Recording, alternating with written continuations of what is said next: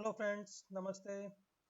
I hope all of you are in good health and spirit और आप सभी की तैयारियां अच्छी चल रही होंगी।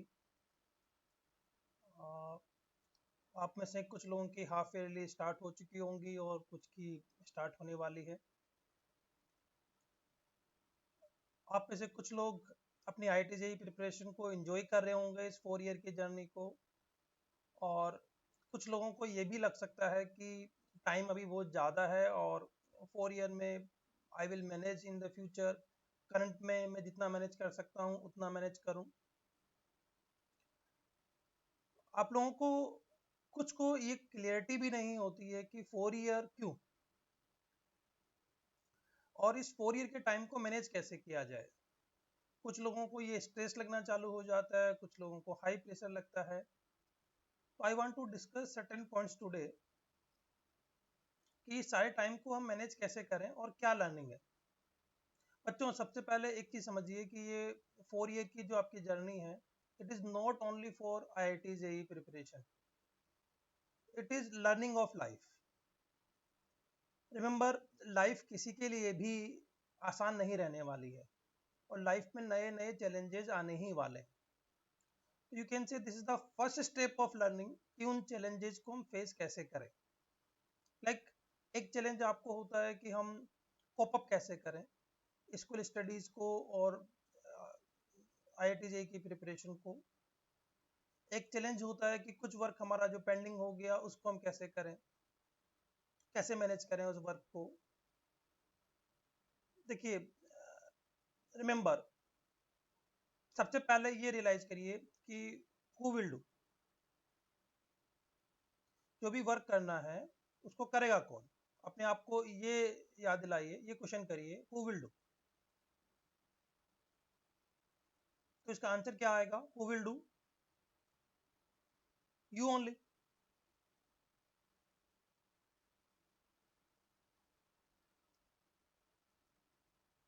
दूसरा कि why there is any need to do.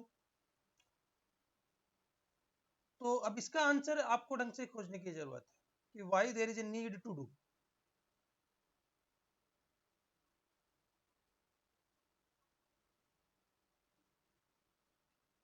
और अभी क्यों करना है इसको। तो इसका आंसर आपको ढंग से खोजने की जरूरत है, क्योंकि इसका आंसर कई बार हम एक सिंपली इतना सोच कर दे जाते हैं कि ये मेरे ऊपर प्रेशर है, टीचर्स का प्रेशर है, पेरेंट्स का प्रेशर है। तो रिमेंबर, ये टीचर्स का या जो पेरेंट्स का प्रेशर है, ये क्यों है? ये केवल आपको रेगुलराइज करने के लिए है, आपकी स्टडी को ढंग से प्लान करने के लिए है। पर actual target is not the pressure of teachers और pressure of parents. Actual reason क्या है? एक्चुअल रीजन है कि आपको लाइफ में आगे बढ़ना है, आपको लाइफ में अच्छा अचीव करना है, आपको लाइफ में हैप्पी रहना है, आपको लाइफ में हेल्दी रहना है, एंड आपको लाइफ में कंट्रीब्यूटर बनना है। तो जो मेजर रीजंस हैं अपने लिए वो क्रिएट करिए कि I have to become a contributor for the life, I have become a rich person in the life, I want to live a comfortable life. तो, तो एक करेक्ट आंसर्स आप लिखिए। तो जब आप करेक्ट आंसर्स लिखेंगे करेक्ट क्वेश्चंस के, तो आपको फिर वो बर्डन नहीं लगेगा। इसी लाइफ में आगे बढ़ने के लिए बहुत सारी चीजें चाहिए, प्लानिंग भी चाहिए, स्ट्रेटेजी भी चाहिए, लेकिन एक बेसिक बात और समझना होगा कि we have to become expert of multitasking.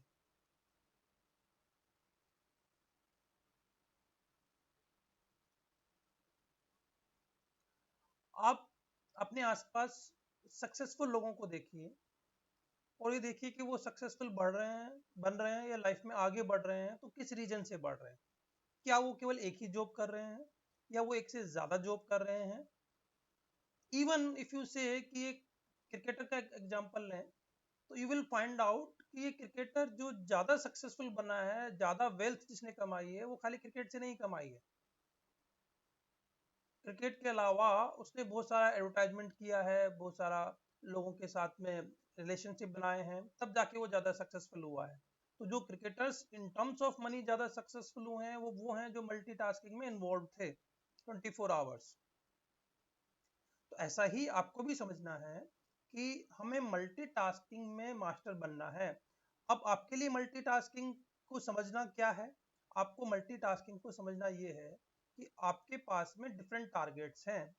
CBSE का एक टारगेट है आपका क्लास 9th का, उसके डिफरेंट टॉपिक्स हैं, वहाँ पर जो टीचर्स हैं वो आपको वर्क देते हैं, उनको आपको कंप्लीट करना होता है। जब आप कोचिंग कर रहे होते हैं तो कोचिंग में आपके डिफरेंट सब्जेक्ट्स के वर्क हैं, साथ साथ में डिफरेंट टाइम पर डिफरेंट टारगेट्स आते हैं।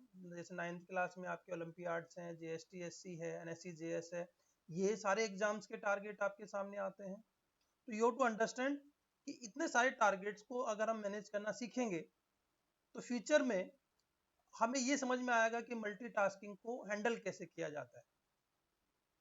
दूसरा तरीका क्या है कि आप सोच लें कि नहीं, अभी तो मैं केवल हाफ ईयरली आ गई है सीबीएसई करूंगा, क्योंकि मुझसे बहुत ज्यादा बर्डन नहीं लिया जाता, बहुत ज्यादा टेंशन नहीं लिया जाता। तो इसका मतलब है कि आप अपने ब्रेन को ट्रेन ही नहीं करना चाह रहे हैं फॉर मल्टीटास्किंग।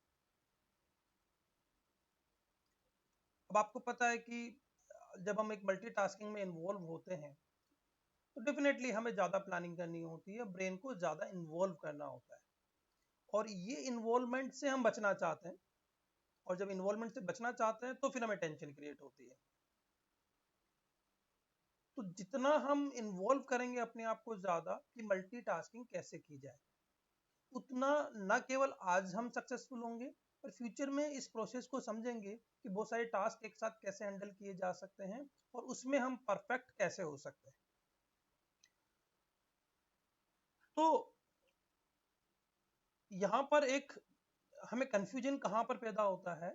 कंफ्यूजन पैदा होता है कि हम सोचते हैं कि the pressure is not a good thing for us, और एक चीज और है, जब हम कहते हैं कि हमारे ऊपर प्रेशर डेवलप हो गया तो हम कहते हैं कि हमारे ऊपर स्ट्रेस डेवलप हो गया।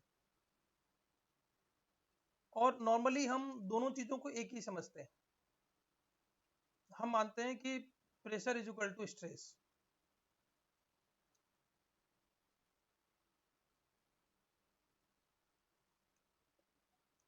तो pressure is equal to stress नहीं है। इसको थोड़ा हम समझने की कोशिश करते हैं कि कैसे pressure is equal to stress नहीं। देखिए, when we use this term pressure, तो इसका मतलब क्या है? आपका नेक्स्ट वीक में आपकी हाफ ईयरली स्टार्ट हो रही है सपोज, या कोई फिजिकल का टेस्ट है नेक्स्ट वीक में, एक डेट अनाउंस हो गई कि लाइक फ्रॉम 2 अक्टूबर और 3 अक्टूबर आपके टेस्ट स्टार्ट होने वाले हैं। तो जैसे ही आपको ये मालूम चला कि एक टारगेट आपके सामने आ गया, तो आप क्या करेंगे? आप अपनी प्लानिंग स्टार्ट करेंगे। आपके माइंड में आएगा कि मेरे पास में अभी कितने दिन बचे हुए हैं, मेरे पास में 8 डेज बचे हुए हैं। देन यू विल थिंक कि आपका सिलेबस क्या है। उसके बाद आप प्लान करेंगे कि कितने टॉपिक आपने कर लिए हैं। टॉपिक्स को आप देखेंगे। उसके बाद आप देखेंगे कि उन टॉपिक्स में से आपका जो कॉन्फिडेंस लेवल क्या है, उसको कितना रिवीजन करना है आपको। फिर आप कहेंगे कि आपके पास टाइम अवेलेबल क्या है। तो ये सब प्लानिंग जो आप करेंगे, ठीक है नहीं है, these are the part of your pressure. Pressure और कुछ नहीं है। जो हमारे गोल्स हैं और टारगेट्स हैं, उन टारगेट्स को अचीव करने की जो प्लानिंग हम जनरेट करते हैं, वो ही जनरेशन जो है वो हमारा प्रेशर है। तो pressure is nothing new thing. Pressure is to achieve targets, to achieve goals. Planning behind that is the pressure. तो अब आप बताइए कि ये प्रेशर हमारे पास होना चाहिए या नहीं होना चाहिए? कि अगर गोल्स नहीं होंगे, अगर आपको ये कहा जाए कि आप प्रिपरेशन करते रहो, कोई एग्जाम होगा नहीं, या आप प्रिपरेशन करते रहो और एग्जाम की डेट अपने अकॉर्डिंग डिसाइड कर लो, तो वो डेट आप क्या डिसाइड करोगे? वो डेट कभी डिसाइड ही नहीं कर पाओगे। मोस्ट प्रोबेबली वो डेट कभी आएगी ही नहीं। तो remember, pressure is good thing to achieve our targets, to achieve our goal. Without that pressure we will not able to achieve our targets and goals. तो टारगेट्स एंड गोल्स को achieve करने के लिए प्रेशर बहुत जरूरी है। फिर stress क्या होता है? स्ट्रेस क्या होता है कि जैसे ही एग्जाम की डेट अनाउंस हुई, आपके माइंड में पहले से इतनी जल्दी एग्जाम की डेट आ गई है, मैंने तो अभी कुछ किया ही नहीं, मेरे तो टॉपिक्स अभी कंप्लीट ही नहीं हुए, पुराना काम ही पेंडिंग है, अब मैं कैसे करूंगा?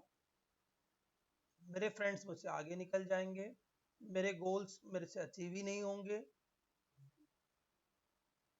मेरा तो रिवीजन भी नहीं हो पाएगा, बाकी लोगों को ज़्यादा टाइम मिल गया, मेरे को टाइम कम मिला, मेरा बहुत सारा टाइम किसी और एक्टिविटी में चला गया, वो भी इम्पोर्टेंट था, अब मैं कुछ कर ही नहीं पाऊंगा।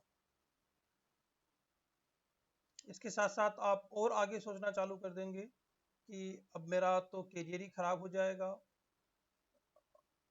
करियर स्पॉइल हो जाएगा, हमेशा मेरे ही साथ ऐसा क्यों होता है, मेरी ही किस्मत ठीक नहीं है, मुझे IIT की प्रिपरेशन स्टार्ट ही नहीं करनी चाहिए थी, बहुत सारे मल्टीटास्किंग को मैं मैनेज ही नहीं कर पाऊंगा। ये सारी चीजें आप ना सोचना चालू कर देंगे। तो अब देखिए, ये सारी चीजें आपको स्ट्रेस, आप दूर दूर तक सोचना चालू कर देंगे। तो एक्चुअली स्ट्रेस को हम डिफाइन कैसे कर सकते हैं? तो स्ट्रेस क्या है? हमारी स्ट्रेस है द प्रेशर। प्रेशर का मतलब जो हमारे टारगेट्स हैं, गोल्स हैं, हर्डल्स हैं, डेडलाइंस हैं,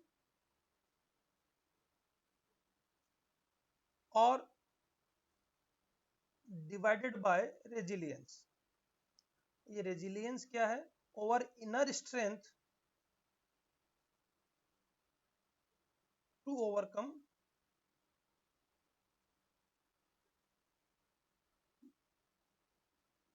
द हर्डल्स।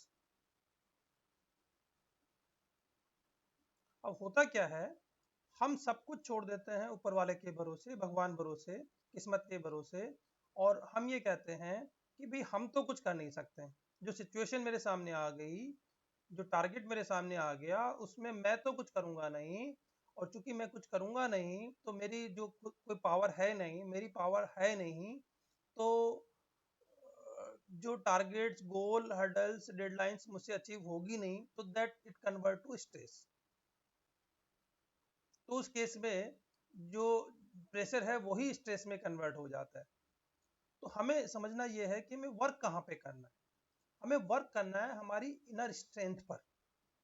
जो डेडलाइंस हैं वो अच्छी बात है, टारगेट्स हैं वो अच्छा है, क्योंकि उसके बिना लाइफ ही नहीं, वो तो होने ही चाहिए, पर हमें वर्क करना है हमारी इंटरनल स्ट्रेंथ पर। यानी हमें समझना है कि हमारा जो कंपटीशन है वो हमारा खुद से ही कंपटीशन है। तो सबसे पहले ये समझना है कि वर्क खुद पर ही करना है। तो ये जो ट्रेनिंग है वो केवल सब्जेक्ट्स की ट्रेनिंग नहीं है, physics, chemistry, mathematics, biology, SST, मेट, इनकी ट्रेनिंग नहीं है। ये ट्रेनिंग साथ साथ में हमारी इंटरनल कैपेसिटी बढ़ाने की ट्रेनिंग है, और वो प्रोसेस एक दिन में नहीं हो सकती है, इट विल टेक टाइम। तो पहला हमें ये एक एक्सेप्टेंस आना चाहिए कि हमारी जो एक्चुअल ट्रेनिंग है वो एक्चुअल ट्रेनिंग सब्जेक्ट की नहीं है, ये हमारी एक्चुअल ट्रेनिंग है इंटरनल स्ट्रेंथ बढ़ाने की, इंटरनल अवेयरनेस बढ़ाने की। तो ये जब एक एक्सेप्टेंस हमारे अंदर आती है कि एक्चुअल वर्क है जो हमें अंदर से करना है, तब हम रियल में ग्रो कर पाते हैं। तो I will take certain more videos on this कि हम इंटरनल स्ट्रेंथ बढ़ाने के लिए क्या क्या वर्क कर सकते हैं। But in today's session I have explain कि सबसे पहले ये एक्सेप्टेंस करना है कि जहाँ वर्क करना है वो हमारी इंटरनल स्ट्रेंथ बढ़ाने पर वर्क करना है, remaining things will happen slowly. ठीक है बच्चों, तो आज हम इतना ही समझते हैं। इस चीज को आप इंटरनली थोड़ा सा डीप स्टडी करके पहले इनकलकेट कीजिए कि मुझे ये करना है। ठीक है बेटा, बाय बाय।